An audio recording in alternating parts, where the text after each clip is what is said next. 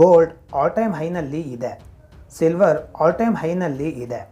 Sensex Nifty ಕೂಡ all time ಹೈನಲ್ಲಿ ಇದೆ. ಆಗಿದ್ದರೆ ಎಲ್ಲಿ ಹೂಡಿಕೆ ಮಾಡಬೇಕು? ಹಿಂದಿನ 100 ವರ್ಷದಲ್ಲಿ ಕೇವಲ 2 ಬಾರಿ ಈ ದೊಡ್ಡ ಆಸೆಟ್ಸ್ಗಳು ಆಲ್ ಟೈಮ್ ಹೈನಲ್ಲಿ ಇವೆ. ಇದು 3ನೇ ಬಾರಿ ಆಗಿದೆ. ಆಗಿದ್ದರೆ ನೀವು ಯಾವ ರೀತಿ ಇನ್ವೆಸ್ಟ್ ಮಾಡಬೇಕು? ನಿಮ್ಮ ಮೆದುಳನ್ನು ಈ ಅಪ್ ಡೌನ್ಸ್ನಲ್ಲಿ ಶಾಂತವಾಗಿ ಹೇಗೆ ಇಟ್ಟುಕೊಳ್ಳಬೇಕು? ನಿಮ್ಮ ಹತ್ತಿರ 10 ಲಕ್ಷವಿದೆ ಎಂದುಕೊಳ್ಳಿ. ಆಗಿದ್ದರೆ ಇದನ್ನು ಇನ್ವೆಸ್ಟ್ ಮಾಡಲು ನೀವು 3 ರಿಸ್ಕ್ ಪ್ಯಾಟ್ರನ್ನಾಗಿ ಭಾಗ ಮಾಡಿ. ಅದರಲ್ಲಿ ಮೊದಲನೆಯದ್ದು ಕನ್ಸರ್ವೇಟಿವ್ ರಿಸ್ಕ್ ಟೇಕರ್. ಅಂದರೆ ನಿಮಗೆ ಸ್ಟಾಕ್ಸ್ನಲ್ಲಿ ಅಧಿಕ ಹಣ ಇನ್ವೆಸ್ಟ್ ಮಾಡಿದರೆ ಭಯವಾಗುತ್ತದೆ. ಎರಡನೆಯದಾಗಿ ಮೀಡಿಯಂ ರಿಸ್ಕ್ ಅಪಿಟೈಟ್. ಮೂರನೆಯದಾಗಿ ಅಗ್ರೆಸಿವ್ ರಿಸ್ಕ್ ಅಪಿಟೈಟ್ ಆಗಿದೆ. ಈಗ ನಾವು 3 ರೀತಿಯಲ್ಲಿ ಇವುಗಳಲ್ಲಿ ಇನ್ವೆಸ್ಟ್ ಮಾಡುವ ಬಗ್ಗೆ ತಿಳಿಸುವೆವು. ಆದರೆ ನೀವು ಇದನ್ನು ನೋಡಿ ಒಮ್ಮೆಲೇ ಫಾಲೋ ಮಾಡಬೇಡಿ. ಬದಲಿಗೆ ನಿಮ್ಮ ಸ್ವಂತ ಪ್ಲ್ಯಾನಿಂಗಾಗಿ ಇರುವ ಸ್ಟ್ರಾಟರ್ಜಿ ಎಂದುಕೊಳ್ಳಿ. ಇದನ್ನು ನಾವು ಪ್ರೊಫೆಷನಲ್ಗಳು ತಿಳಿಸಿದ ಪ್ಲ್ಯಾನ್ನಿಂದಲೇ ಮಾಡಿದ್ದೇವೆ. ಆದರೆ ನೀವು ಇನ್ವೆಸ್ಟ್ ಮಾಡುವ ಮೊದಲು ನಿಮ್ಮದೇ ಹೋಮ್ವರ್ಕ್ ಮಾಡುವುದು ಸೂಕ್ತವಾಗಿದೆ. First plan. ಈ ಪ್ಲ್ಯಾನ್ ಪ್ರಕಾರ ಕನ್ಸರ್ವೇಟಿವ್ ಇನ್ವೆಸ್ಟರ್ಗಳು 6 ಲಕ್ಷವನ್ನು ಲಾರ್ಜ್ ಕ್ಯಾಪ್ನಲ್ಲಿ ಇನ್ವೆಸ್ಟ್ ಮಾಡಬೇಕು. ಇದು ಏಕೆಂದರೆ ಲಾರ್ಜ್ ಕ್ಯಾಪ್ ಯಾವುದೇ ಡಿಸಾಸ್ಟರ್ ಆದಾಗ ಮಿಡ್ ಕ್ಯಾಪ್ ಮತ್ತು ಸ್ಮಾಲ್ ಕ್ಯಾಪ್ನಷ್ಟು ಬೀಳುವುದಿಲ್ಲ. ಇದಕ್ಕಾಗಿ quant large cap, SBI large and mid cap, HDFC flexi cap ಮತ್ತು ಕೋಟಕ್ ಮಲ್ಟಿ ಕ್ಯಾಪ್ ಆಯ್ಕೆಯಾಗಿದೆ. ಇದರ ನಂತರ 3 ಲಕ್ಷವನ್ನು ಡೆಫ್ ಫಂಡ್ನಲ್ಲಿ ಇನ್ವೆಸ್ಟ್ ಮಾಡಿ ಮತ್ತು ಉಳಿದ 1 ಲಕ್ಷವನ್ನು ಗೋಲ್ಡ್ ETF ಹಾಕಿ. ಇದಕ್ಕಾಗಿ ICICI Pru Nifty STL December 2028 index fund, Kotak Nifty STL plus AAA PSU bond July 2028 60:40 index fund ಅಥವಾ SBI arbitrage fund ಆಯ್ಕೆಯಾಗಿದೆ. ಈ ಬಾಂಡ್ಗಳು ಫಿಕ್ಸ್ಡ್ ಡೆಪಾಸಿಟ್ ರೀತಿಯಾಗಿದೆ. ಇದರಲ್ಲಿ ನೀವು ಬ್ಯಾಂಕ್ಗಳಿಗೆ ಹಣವನ್ನು ನೀಡುವ ಬದಲು ಗೌರ್ಮೆಂಟ್ ಇಲ್ಲ ಕಾರ್ಪೊರೇಟ್ಗಳಿಗೆ ಹಣ ನೀಡುತ್ತೀರಾ. ಇದರಲ್ಲಿ FDಗಿಂತ ಹೆಚ್ಚಿನ ರಿಟರ್ನ್ ಸಿಗುತ್ತದೆ. ಗೋಲ್ಡ್ ETF ಅನೇಕವಿದೆ. ಉದಾಹರಣೆಗೆ Nippon gold savings fund, gold bees ಇತ್ಯಾದಿಗಳಿವೆ. ನೀವು ಮಾಡರೇಟ್ ರಿಸ್ಕ್ನಲ್ಲಿ ಇದ್ದರೆ ಈಕ್ವಿಟಿಯಲ್ಲಿ 7 ಲಕ್ಷವನ್ನು ಇನ್ವೆಸ್ಟ್ ಮಾಡಿ. ಡೆಪ್ಟ್ ಫಂಡ್ನಲ್ಲಿ 2 ಲಕ್ಷ ಮತ್ತು ಗೋಲ್ಡ್ ETF 1 ಲಕ್ಷವನ್ನು ಇನ್ವೆಸ್ಟ್ ಮಾಡಿ. 7 ಲಕ್ಷದ ಈಕ್ವಿಟಿ ಇನ್ವೆಸ್ಟಿಂಗ್ನಲ್ಲಿ 50-55% ಲಾರ್ಜ್ ಕ್ಯಾಪ್ನಲ್ಲಿ ಇನ್ವೆಸ್ಟ್ ಮಾಡಿ. 20-25% ಮಿಡ್ ಕ್ಯಾಪ್ ಮತ್ತು ಉಳಿದದ್ದನ್ನು ಸ್ಮಾಲ್ ಕ್ಯಾಪ್ನಲ್ಲಿ ಇನ್ವೆಸ್ಟ್ ಮಾಡಿ. ಈಕ್ವಿಟಿಗಾಗಿ DSP large and mid cap, Kotak multi cap, Invesco small cap, HDFC flexi cap, Kotak mid cap, ICICI Pru dividend yield ಆಯ್ಕೆಯಾಗಿದೆ. ಇನ್ನು ಡೆಪ್ಟ್ ಫಂಡ್ಸ್ ಮತ್ತು ಗೋಲ್ಡ್ ETFನಲ್ಲಿ HDFC Nifty GSEC July 2031 index fund, ICICI Pru Nifty GSEC December 2030 index fund ಅಥವಾ SBI arbitrage fund ಆಯ್ಕೆಯಾಗಿದೆ. ಒಂದು ವೇಳೆ ನೀವು ರಿಸ್ಕ್ ತೆಗೆದುಕೊಳ್ಳಲು ತಯಾರಿದ್ದು ಅಗ್ರೆಸಿವ್ ಇನ್ವೆಸ್ಟರ್ ಆಗಿದ್ದರೆ ಈಕ್ವಿಟಿಯಲ್ಲಿ 8 ಲಕ್ಷವನ್ನು ಇನ್ವೆಸ್ಟ್ ಮಾಡಿ. ಡೆಪ್ಟ್ ಫಂಡ್ಸ್ನಲ್ಲಿ 1 ಲಕ್ಷ ಮತ್ತು ಗೋಲ್ಡ್ ETFನಲ್ಲಿ 1 ಲಕ್ಷವನ್ನು ಇನ್ವೆಸ್ಟ್ ಮಾಡಿ. ಇದರಲ್ಲಿ ಈಕ್ವಿಟಿಯ 8 ಲಕ್ಷ 50-55% ಲಾರ್ಜ್ ಕ್ಯಾಪ್, 20-25% ಮಿಡ್ ಕ್ಯಾಪ್ ಮತ್ತು ಉಳಿದದ್ದನ್ನು ಸ್ಮಾಲ್ ಕ್ಯಾಪ್ನಲ್ಲಿ ಇನ್ವೆಸ್ಟ್ ಮಾಡಿ. ಇದಕ್ಕಾಗಿ quant large cap, SBI large and mid cap, Canara ರಾಕ್ multi cap, Invesco small cap, HDFC flexi cap, Kotak mid cap, ICICI Pru focus equity ಆಯ್ಕೆಯಾಗಿದೆ. ಇನ್ನು ಡೆಪ್ಟ್ ಫಂಡ್ಸ್ ಮತ್ತು ಗೋಲ್ಡ್ ETFನಲ್ಲಿ Axis CRISIL IBX SDL June 2034 ಡೆಪ್ಟ್ index fund, HDFC Nifty GSEC June 2036 index fund, SBI arbitrage fund ಆಯ್ಕೆಯಾಗಿದೆ. Second plan. ಎರಡನೇ plan ಪ್ರಕಾರ ನೀವು ಕನ್ಸರ್ವೇಟಿವ್ ಇನ್ವೆಸ್ಟರ್ ಆಗಿದ್ದರೆ ಈಕ್ವಿಟಿಯಲ್ಲಿ 3 ಲಕ್ಷವನ್ನು ಇನ್ವೆಸ್ಟ್ ಮಾಡಿ. ಹೈಬ್ರಿಡ್ನಲ್ಲಿ 3 ಲಕ್ಷವನ್ನು ಇನ್ವೆಸ್ಟ್ ಮಾಡಿ.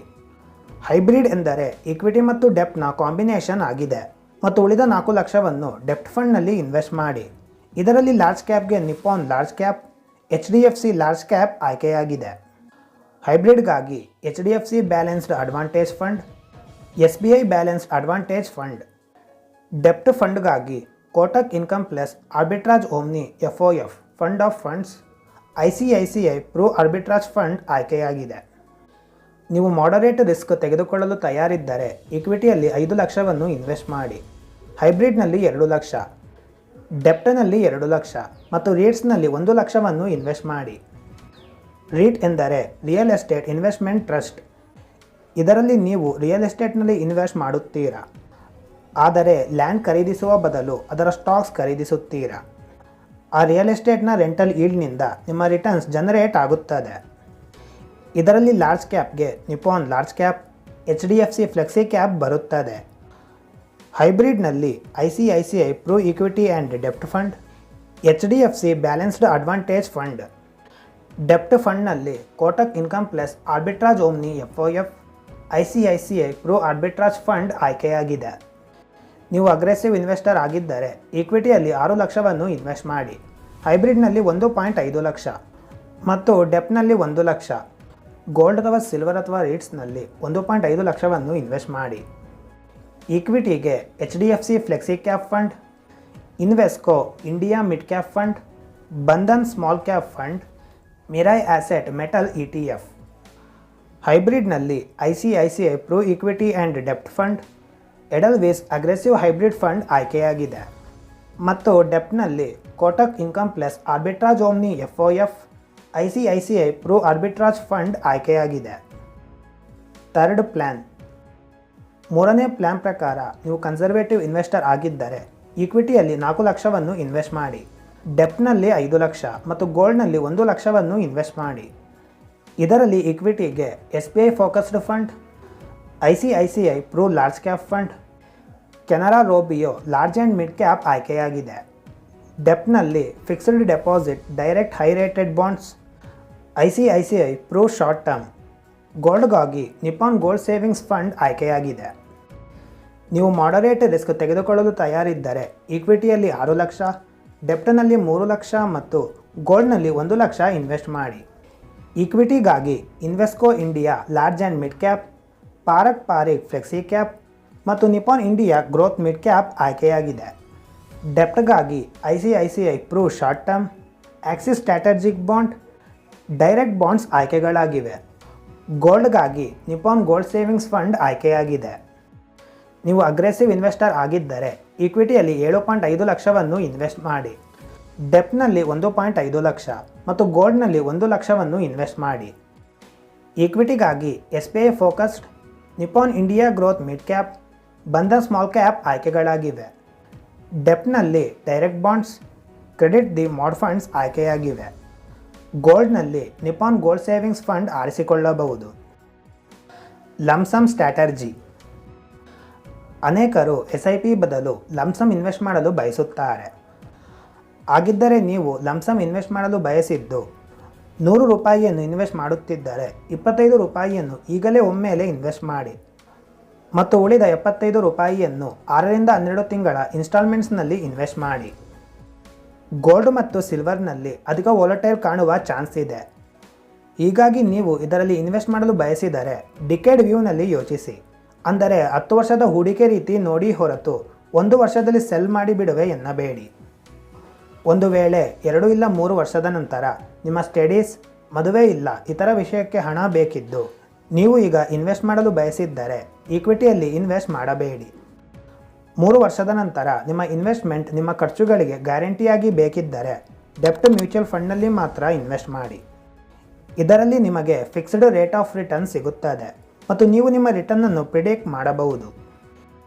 ನೀವು ಎಲ್ಲಿಯಾದರೂ ಸ್ಮಾಲ್ ಇಲ್ಲ ಮಿಡ್ ಕ್ಯಾಪ್ನಲ್ಲಿ ಇನ್ವೆಸ್ಟ್ ಮಾಡುತ್ತಿದ್ದರೆ 5 ರಿಂದ 10 ವರ್ಷದ ಹಾರಿಝೋನ್ ಇಟ್ಟುಕೊಳ್ಳಿ.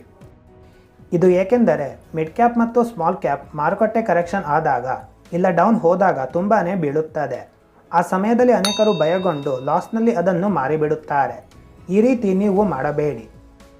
ಈಗ ನಿಮಗೆ ಇನ್ವೆಸ್ಟ್ಮೆಂಟ್ ಸ್ಟ್ರಾಟಜಿ ಬಗ್ಗೆ ತಿಳಿಯಿತು ಎಂದು ಭಾವಿಸುವೆನು. ಮೊದಲಿಗೆ ಕನ್ಸರ್ವೇಟಿವ್, ಮಾಡರೇಟ್, ಅಗ್ರೆಸಿವ್ ಯಾವುದೆಂಬುದನ್ನು ಆಯ್ಕೆ ಮಾಡಿ ಅದರ ಮೇಲೆ ಭಾಗ ಮಾಡಿ ಇನ್ವೆಸ್ಟ್ ಮಾಡಿ.